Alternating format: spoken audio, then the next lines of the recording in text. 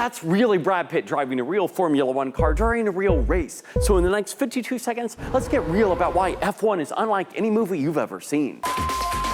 It took my breath away. After training for more than 4 months over 2 years with real drivers to reach speeds of 180 miles per hour while taking 4 to 6 G's of force during corners, it all still surprised Brad. Nothing seriously went wrong. These cars, it's shocking what they can do. Well, going into their world, I was terrified. The cast literally dropped into real Grand Prix races, getting footage of them among real teams, but they had a limited time, so they had to work real fast. We would have like 5 minutes. We take all these little things from real races and real drivers. Filmmakers recruited real racers to get the movie mechanics just right, from stories and superstitions to the sound and look. We developed a new camera system. The Top Gun Maverick filmmaker once again revolutionized that groundbreaking equipment, making it smaller and lighter not to bog down the cars. So it's your favorite racing movie. Rev up your thoughts into the comments below. But for now, that is a minute. Now park yourselves right there before speeding off to another video because it's time for a bonus. F1 has often been referred to and compared to the Top Gun Maverick of racing movies, and well, that's justifiable, especially since Joseph Kosinski directed both using several of the same techniques, like shooting lots of footage. This time, instead of flying, it's driving, but just how much did he film? We had over 5,000 hours of footage that we shot for this film. We had almost 2 years to edit it because of the strikes. 7-time world champ Lewis Hamilton worked closely with Joe & Co. to ensure they crafted an authentic story, from writing to overseeing production, especially when it came to racing. And one thing he helped fine-tune during the edits was the sound, which ended up being as much of a challenge as tailoring cameras to fit in the cars. We were allowed to install